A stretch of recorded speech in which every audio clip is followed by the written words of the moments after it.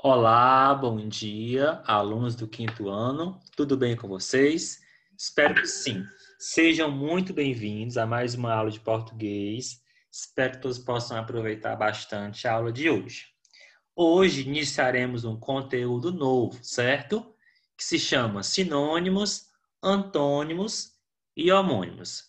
Conheceremos nesta aula o que significam estas três palavras. Mas, primeiramente, vamos iniciar com a nossa oração. Vamos lá. Oração de bom dia. Querido Deus, em suas mãos entrego o meu novo dia. No Senhor eu confio minha vida, meus sonhos, meu caminho.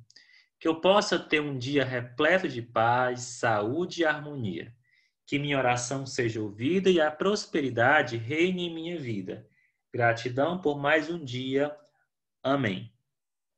Peço que você reze comigo a oração do Pai Nosso, pedindo pela nossa saúde, pela nossa família, para que possamos ficar cada vez mais unidos e saudáveis. Pai nosso que estás nos céus, santificado seja o vosso nome. Venha a nós o vosso reino. Seja feita a vossa vontade, assim na terra como no céu. O pão nosso de cada dia nos dai hoje. Perdoai as nossas ofensas, assim como nós perdoamos a quem nos tem ofendido. E não nos deixeis cair em tentação, mas livrai-nos do mal. Amém. Nossa Senhora da Assunção, rogai por nós. Estamos e estaremos reunidos em nome do Pai, do Filho, do Espírito Santo. Amém. Bem, pessoal, vamos lá. Vamos começar falando de sinônimos e antônimos, tá certo? Vejam que aí no quadro nós temos uma pergunta. O que são sinônimos e antônimos? Aí a professora já colocou algumas palavras. Ver, enxergar, baixo, alto, nada, tudo, quente, frio. Vocês conseguem perceber alguma relação entre estes pares de palavras? Veja que nós temos aí 4 pares de palavras. Vocês conseguem observar, imaginar alguma relação de sentido entre elas? Por exemplo, ver e enxergar possuem relação? Sim, né? Nós podemos afirmar que ver e enxergar são palavras que significam praticamente a mesma coisa. Já as palavras baixo e alto, né, que relação pode existir entre elas? São palavras opostas, porque todo mundo sabe que baixo se opõe, né, o contrário de alto. Assim como quente é totalmente oposto, ou seja, contrário, à palavra frio. Da mesma forma, nada é contrário à palavra tudo, certo? Então, é sobre essa relação de sentido entre as palavras que falam os sinônimos e os antônimos. Não acompanhem comigo. Sinônimos. O que são palavras sinônimas? São sinônimas às palavras que têm significado equivalente. O que é equivalente? Semelhante, se parecem. É preciso ter em conta o contexto em que a palavra está inserida, para que o seu sentido não se altere. Observe as palavras na cor roxa. Fiel.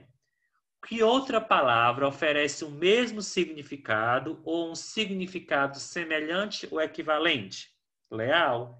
Então eu posso falar que o meu amigo ele é fiel ou que o meu amigo é leal. Fiel e leal são duas palavras sinônimas, porque as duas palavras elas possuem o significado parecido, semelhante, ok? Oferecer também tem um significado parecido ou equivalente com dar ou dedicar. Oferta, assim como dádiva e donativo. Tristeza é sinônimo de melancolia, assim como alegre é sinônimo de satisfeito, de contente. Alto, elevado. Belo, bonito, lindo. Construir, edificar. Então, o que é que você tem que entender por palavra sinônima ou sinônimos? São palavras que têm o seu significado semelhante ou parecido, ok? Sinônimos. E os antônimos, pessoal? O que são palavras antônimas?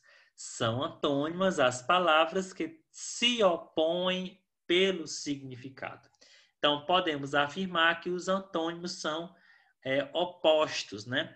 É o contrário do sinônimo. Enquanto que no sinônimo as palavras têm um significado parecido, semelhante, as palavras antônimas têm os significados opostos, ou seja, contrários. Alto é o contrário de baixo. Amor é o contrário de ódio. Construir é o contrário de destruir. Dar é o contrário de tirar. Fiel é o contrário de infiel. Leal é o contrário de desleal. E perto é o contrário de longe. Assim como riqueza é o oposto, é o contrário à pobreza, certo? Então você tem que associar palavras antônimas com aquelas palavras que trazem um significado diferente, oposto. Então, se eu disser assim, alunos do 5º ano, qual é o antônimo de bonito? Então, você vai pensar logo numa palavra que é oposta a bonito. Se não é bonito, é o quê? Feio. Então, nós podemos afirmar que o antônimo de bonito é feio. E um sinônimo de bonito? Lindo, belo, certo? É muito importante levar em consideração o contexto ou a situação em que as palavras são inseridas. Por quê? Porque só o contexto nos ajuda a definir o exato significado da palavra. Quer ver só um exemplo? Se eu dissesse apenas a palavra fogo, essa palavra sozinha, escrita isoladamente, ela tem um sentido muito vago, porque cada um de vocês agora pode imaginar uma situação diferente. Veja só, essa expressão não significa o mesmo diante de um prédio em chamas e dentro de um campo de tiro. Então, dentro de um campo de tiro, fogo tem a ver com o quê? Com arma, né? Com munição. Já fogo num prédio sendo incendiado, este fogo aí são as chamas, né? Então vejam que a palavra é a mesma e o que muda é o quê? É o contexto em que ela é utilizada. Mesma coisa com a palavra socorro. Eu posso usar socorro para pedir ajuda e eu posso usar socorro para chamar por alguém, né? Chamar o nome de alguém, de uma mulher chamada de socorro, certo? Vamos falar agora, pessoal, de palavras homônimas. O que são homônimos? Atenção, são palavras que apresentam a mesma pronúncia ou grafia, mas os significados são diferentes, certo? Então, aqui, você vai perceber que muitas palavras na nossa língua podem apresentar a mesma pronúncia e até mesmo a mesma grafia. O que é grafia? Escrita. Pronúncia é a forma como você fala aquela palavra. Então, você vai notar que na nossa língua portuguesa existem muitas palavras que são iguais, ou na pronúncia ou na escrita. Estas palavras podem ser chamadas de homônimas. Exemplo, quando eu falei fogo, né? A palavra fogo eu posso colocar em dois contextos. Num contexto de sendo fogo representando a arma, né? A munição, a bala do tiro, e o fogo sendo a chama, né? Que queima. Vejam que a palavra é a mesma, mas ela trouxe o quê? Dois significados, certo? Vejamos os exemplos. Eles foram caçar, mas ainda não retornaram e vão caçar o mandato daquele deputado. Observe que nos dois exemplos nós temos aí uma palavra que possui a mesma pronúncia. Você já sabe qual é? É a palavra caçar. Vejam que caçar no primeiro exemplo é escrita com cedilha. E caçar no segundo exemplo é com SS. No entanto, você pode perceber facilmente que as duas palavras são pronunciadas da mesma forma. Eles foram caçar, mas ainda não retornaram, e vão caçar o mandato daquele deputado. Vejam que caçar com cedilha significa prender, matar, né? Esta caça aqui é a caça aos animais na floresta, por exemplo.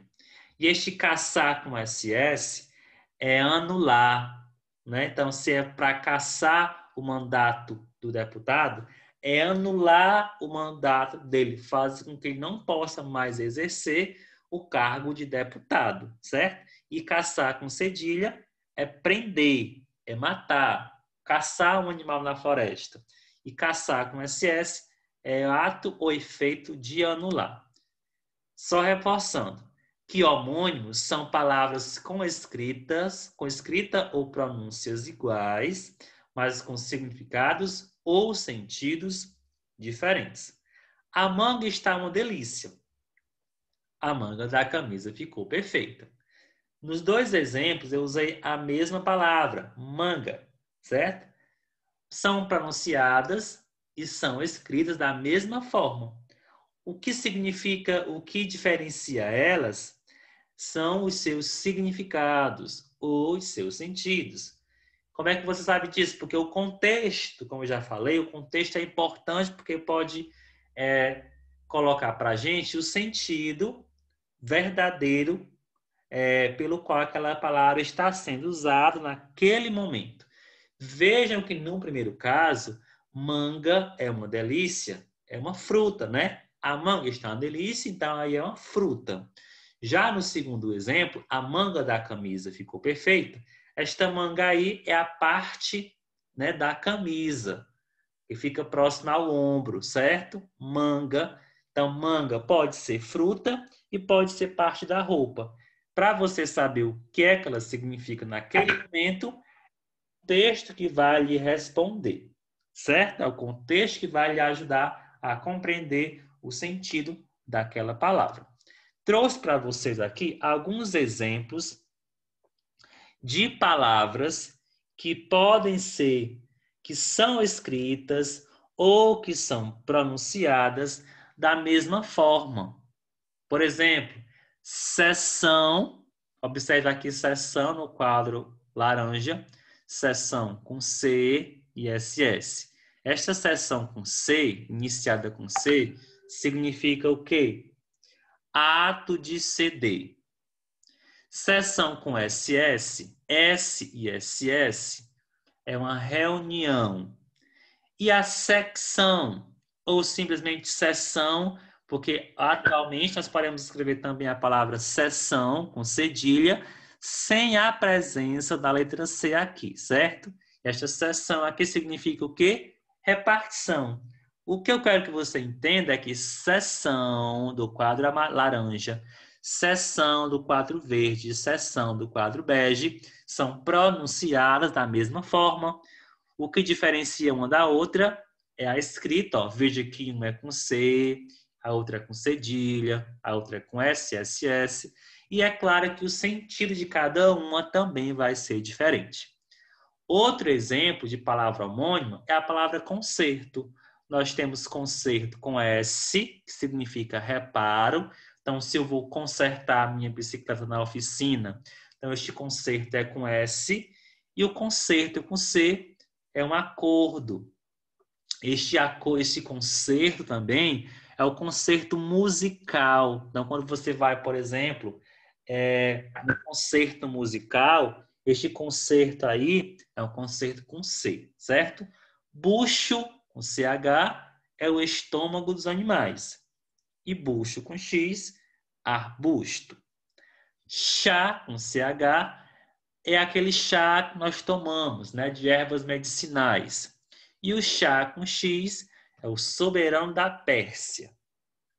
Chácara, com CH, é uma propriedade campestre, né? Fica no campo, uma propriedade. Parece uma fazenda, né? Uma chácara.